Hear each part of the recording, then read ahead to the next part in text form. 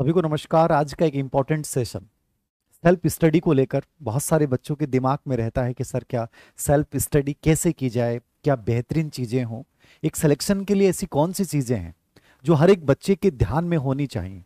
मैं यहाँ कोई किताबी बातें नहीं करने आया हूँ, मैं वही बातें जो मैंने उनको फॉलो किया और बहुत सारे ऐसे सक्सेसफुल बच्चे जिन्होंने बहुत पहले चांस में, सेकंड चांस में जिंदगी के अपने सपने पूरे किए हैं, उन सब के अनुभव पे आधारित एक छोटा सा वीडियो जो शायद आपके जीवन में, सेल्फ स्टडी में और आपको बेहतरीन बनाने में योगदान दे।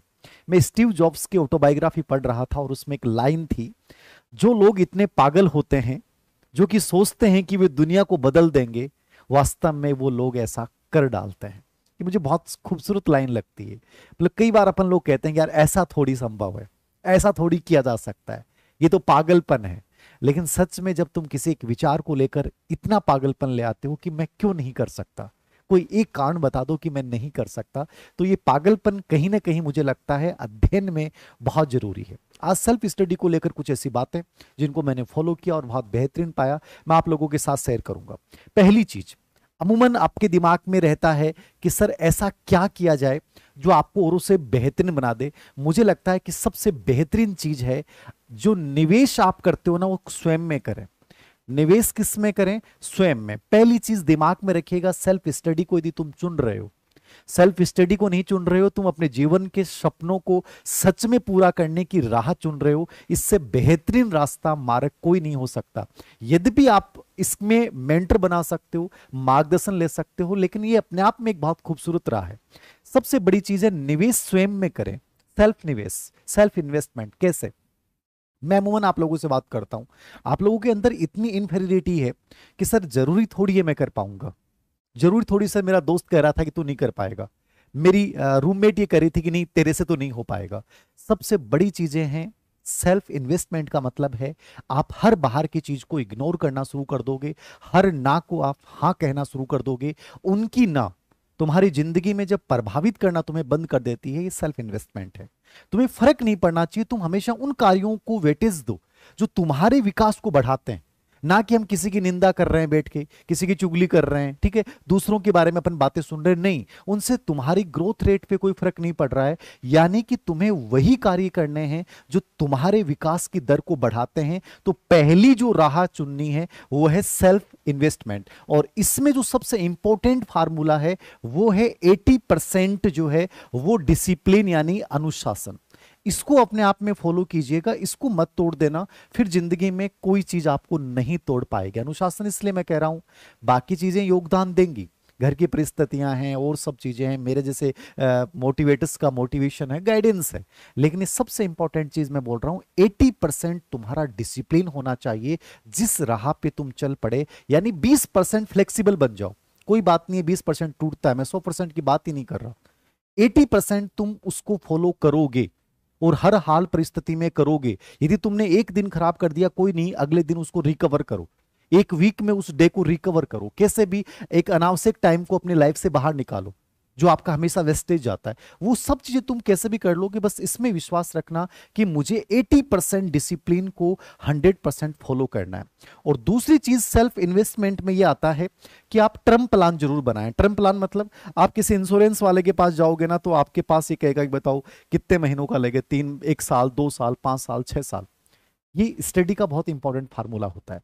जब भी हम तैयारी शुरू करते हैं, मान लीजिए मुझे ग्रेड थर्ड की प्रिपरेशन करनी है, तो मैं 1 साल का टर्म प्लान बनाऊंगा। मुझे ग्रेड फर्स्ट करना है, मुझे पास 3 महीने, ग्रेड सेकंड है मेरे पास 5 महीने, 6 महीने है मेरे पास, जो भी भर्ती है, पटवारी है, कोई भी भर्ती है, आप यूपीएससी कर रहे हैं, आरएस कर रहे हैं, आपका टर्म प्लान आपके दिमाग में जरूर होना चाहिए। वो टर्म प्लान आपका 12 माह का हो सकता है, 6 माह का हो सकता है, 3 माह का हो सकता है, ठीक है।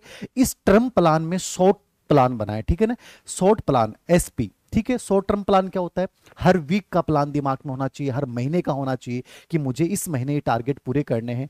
यदि आपने 12 महीने आपके एग्जाम में टाइम है, तो उसके अकॉर्डिंग आप फिर महीने वाइज बनाइए, ठीक है। 6 महीने हैं तो आप 15 दिन के अकॉर्डिंग बनाइए, और जब 3 महीने हैं तो आप हर वीक में जो चीजें तय करते हो उनको पूरा करने के लिए अपने आप को झोंक दीजिए। तो टर्म प्लान जो है वो सेल्फ इन्वेस्टमेंट को बढ़ाता है, 80% डिसिप्लिन जो है वो सेल्फ इन्वेस्टमेंट को बढ़ाता है।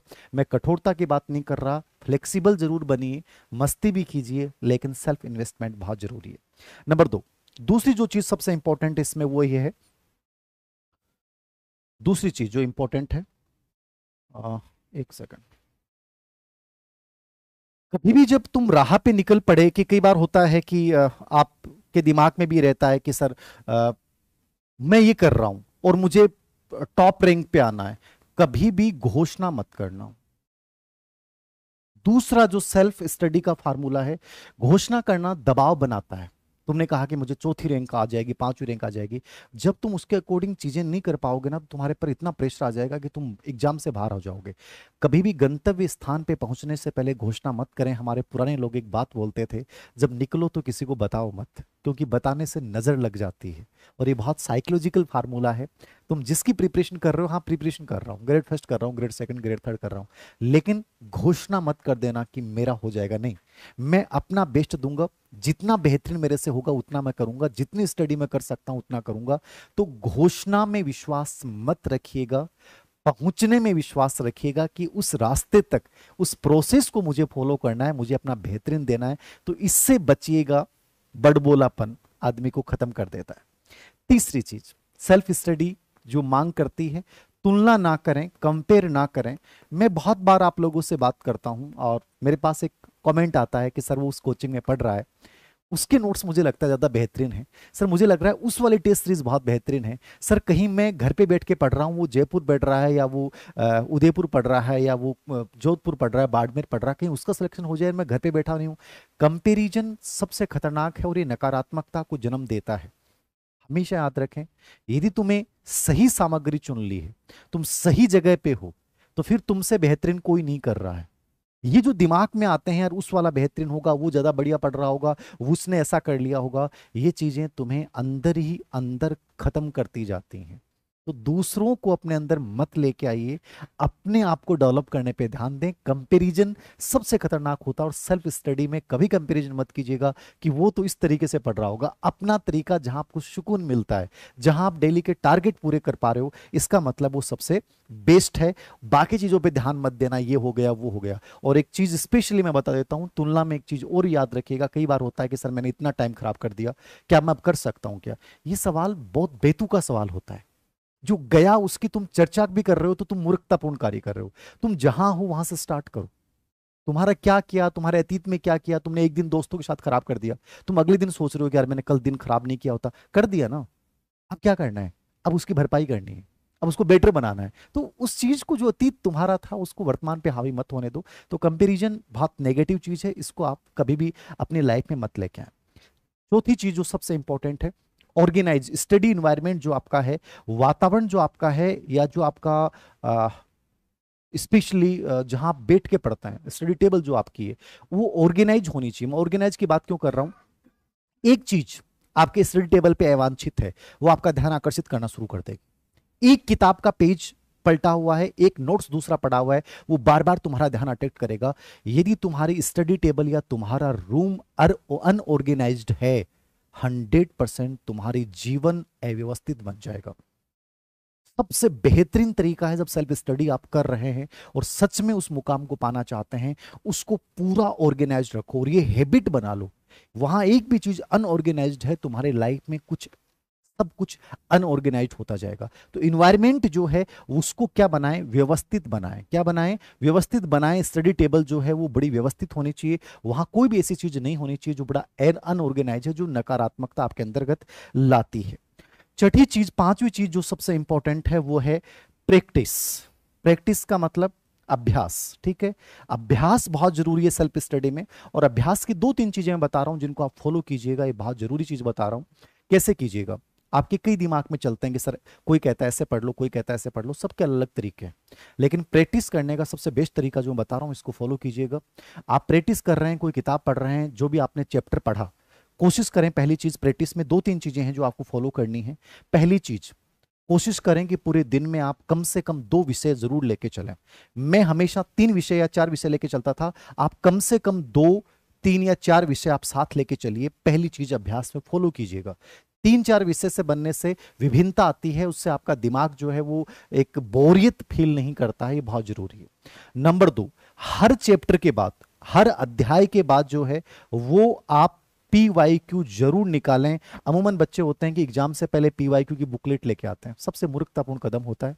आप हमेशा जैसे चैप्टर पूरा किया उसके PYQ पढ़िए, और PYQ में बहुत ज्यादा पढ़ना की आवश्यकता नहीं है, बट कम से कम 5 ईयर के क्वेश्चन उस टॉपिक वाइज PYQ जो है वो जरूर निकालें। उससे आपके दिमाग में मैपिंग बनेगी। क्या बनेगी? मैपिंग बनेगी। और मैपिंग बनाना बहुत जरूरी है। कॉन्सेप्ट मैपिंग आप सब जानते हैं, मैपिंग बनने से वो चीज कभी आप भूल नहीं पाओगे। तो ये चीज बहुत जरूरी है। हर अध्याय के बाद जो है वो PYQ निकालें, उससे आपके दिमाग में वो चीजें क्लियर होंगी।